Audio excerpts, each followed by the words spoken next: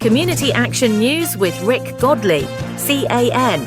Remember, when you can't, maybe together we can. Community Action News, CAN. Rick Talk.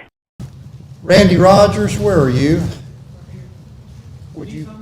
I'm ready for you. Come on up. Hello, everybody. Hello, Dubach. With all y'all here, I know my hubcaps are safe. That's great. I'm here to give, who knows, ever heard the term backstory? I watch YouTube a lot, and they're always talking about how this song got written, how this band got together, and I just find it very interesting. So what I want to do today is I want to tell you the backstory to this place. This didn't fall out of the sky, right? A lot of things had to happen for this to take place. Not this area. About, I guess, Memorial Day's Monday, right? About 3 years ago, we were out there in front of the Hamilton Warehouse, and there was a guy standing beside me. I've known his family all my life. I didn't recognize him. It was kind of a cross between Colonel Sanders and Frank Zappa, you know? But I overheard him say, "Man, I wish somebody would sell me the old theater. I'd like to restore it." I couldn't believe what I was hearing. So I kind of went up to him later and I said, "Are you really interested in the theater?" And he said, "Yeah, I really am." So I'm very good family friends with people that own the theater. In fact, my late brother Benji, was in a band that played on this stage, practiced on this stage and played under the name of the Alliance. So I texted the owner and I said, "Would you be interested in selling the theater?" "No." That was it. "No." Okay. So one day I was lying in bed and I said, "I'm going to try this." I was in sales for 40 years and we used to call it the takeaway.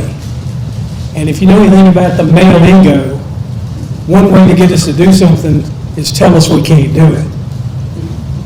So I texted the owner and I said, "I've got a guy that wants to write you a check for that theater." Now in the meantime, there was a hole so big in the back corner here, you could see the sky.